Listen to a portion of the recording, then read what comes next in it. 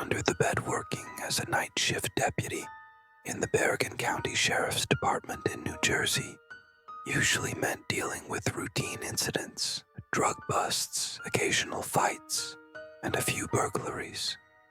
However, one particular night completely changed my perspective on the danger and terror my job could involve. We received an emergency call shortly after midnight. A neighbor reported a blood-curdling scream coming from the house next door. He mentioned that the woman living there was alone most of the time, but occasionally had a boyfriend over. When I arrived at the scene, the house lights were off, but a blue Toyota Sienna was parked in the driveway. Something felt off. I knocked on the door several times, calling for the resident. No answer. I decided to circle the house and check the windows. All were locked except for one at the back, which was wide open. That was enough to put me on high alert. I radioed for backup and, while waiting, decided to enter through the open window. Once inside, I turned on all the lights on the ground floor. The kitchen and living room were in perfect order, with no signs of a struggle. I called out for the woman again, but there was no response. Cautiously, I climbed the stairs. The carpet muffled my steps, but each one made my heart race. At the top of the stairs, there were 4 doors. A faint creak came from one of them. My instincts pulled me toward it. Hand on my gun, I opened the door. Inside, I saw a woman lying on the bed. The light from the hallway was enough to reveal that she was under blood-stained covers. I approached to check her condition. Turning her over, I saw dark bloodstains on the sheets. She had been stabbed multiple times but was still breathing, albeit with difficulty. I immediately grabbed my radio and called for an ambulance and urgent backup. But the creaking noise I'd heard earlier didn't make sense. The woman was unconscious and incapable of making that sound. My eyes scanned the room. Something wasn't right. Kneeling down, I lifted the fabric covering the underside of the bed. I came face to face with a man. He wore a mask that covered half his face and had a disturbing smile. My reaction was instinctive. I pointed my gun at him and shouted for him to show his hands. Slowly, he complied, raising his hands as far as the cramped space allowed. Keeping my weapon trained on him, I ordered him to crawl out slowly. He slid out with an unnervingly calm demeanor, as if he knew he had already been caught. I made him lean against the wall with his hands raised while waiting for backup. I wasn't about to risk trying to handcuff him alone. He could have had another weapon. Minutes later, my colleagues arrived. Once the man was secured, the ambulance arrived to tend to the woman. Despite her severe injuries, she survived the 6 stab wounds she had sustained. The subsequent investigation revealed that the man was indeed her boyfriend. He had discovered she was cheating on him with a close friend and, in a fit of rage, decided to attack her. The thought of finding that man under the bed still haunts me. Knowing he was hiding there, possibly waiting to finish what he started or attack me, is something that keeps me up at night. That was one of the most disturbing nights of my life, and I hope never to experience anything like it again. Shadows on the wall. Mike, my best friend's uncle, is a seasoned cop who has always kept his cool in extreme situations. He and his partner Steve, both Army veterans, were used to handling strange cases during their night shifts, but no amount of experience could have prepared them for what they encountered on an otherwise ordinary night. Around 2 a.m., they received a call about a tenant causing trouble at an apartment complex. The landlord reported that the man had turned on all the faucets, flooding his apartment and the floors below. When they arrived, they found the building's resident standing outside, nervously watching water pour out of the second-floor doorway. Mike and Steve climbed the stairs, water dripping down the steps as they approached the apartment. The landlord explained that the tenant, Adam, was a reclusive man who had started behaving erratically in recent weeks. They knocked on the door repeatedly, calling for Adam, but there was no response. They decided to force entry. Inside, they were met with a surreal scene. Every faucet was running, including a hose attached to the kitchen sink. Water sprayed everywhere. In the middle of the kitchen stood Adam, trembling, his eyes wide with terror. When Mike asked what was going on, Adam whispered, "They're in the walls." Steve went to check the other rooms while Mike tried to talk to Adam. The man was in a state of pure panic, repeating the phrase over and over. In the bedroom, Steve noticed something peculiar on the closet wall, a faint, almost imperceptible outline of a hidden door. He called Mike, who left Adam in the kitchen to investigate. On closer inspection, Steve realized the outline wasn't just a flaw in the paint. It was a concealed door, camouflaged into the wall.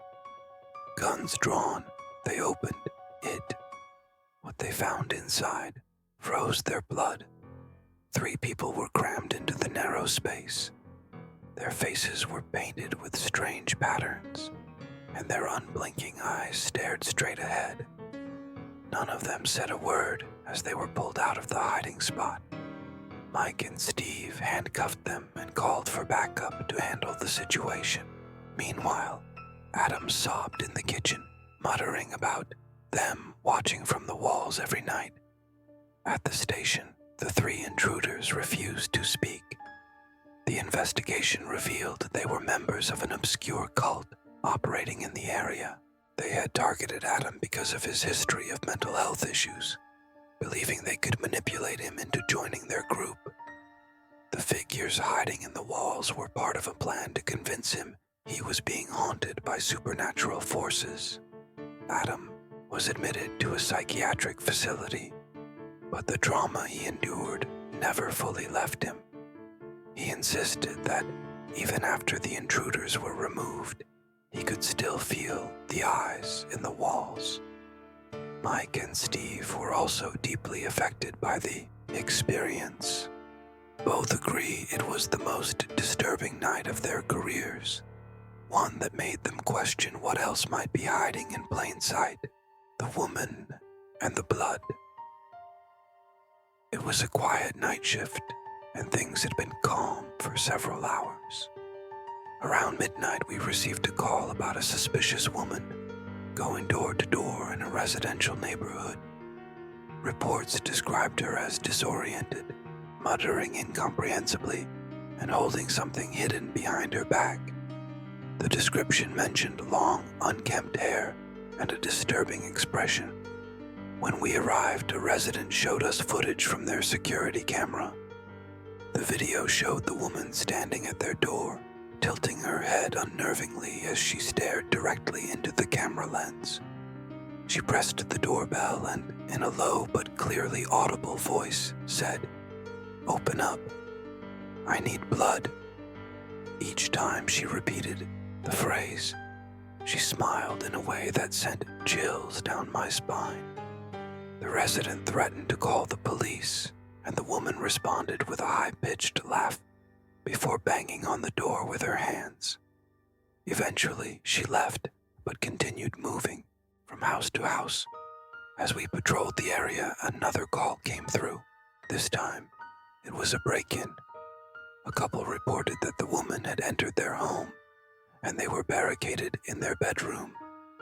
The fear in their voices was palpable. We arrived within minutes and found the front door unlocked, just as the couple had described. Entering the house cautiously, weapons drawn, we were met with a suffocating silence. The lights were off, and the air was heavy. We headed upstairs after hearing a faint noise from the upper floor. At the top of the stairs, We found the couple huddled in their bedroom, holding the door shut. They were trembling and told us that the woman had tried to open their door moments earlier, but then the noise stopped. They had no idea where she was now. We began checking the other rooms.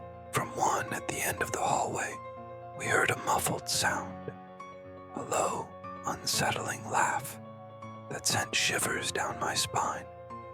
Turning on the light, I saw the woman sitting on the bed, holding a large knife. Blood stained the sheets around her, but I quickly realized it was her own. She had slashed her wrists, and blood dripped from her hands. The woman looked directly at me, her empty, unsettling smile sending a wave of dread through me. She said, "I need blood for her." Between her legs was a small doll, completely soaked in blood.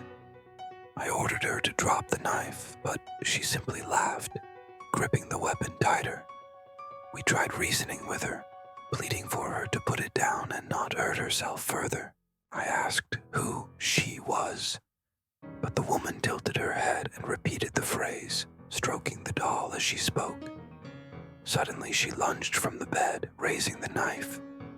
I fired a shot at her arm, causing her to drop the knife. She screamed in pain, but continued to laugh as she collapsed to the floor, clutching her injured arm.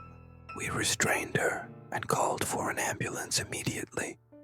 As paramedics transported her to the hospital, she kept mumbling incoherent phrases about blood and a presence she referred to as "my girl."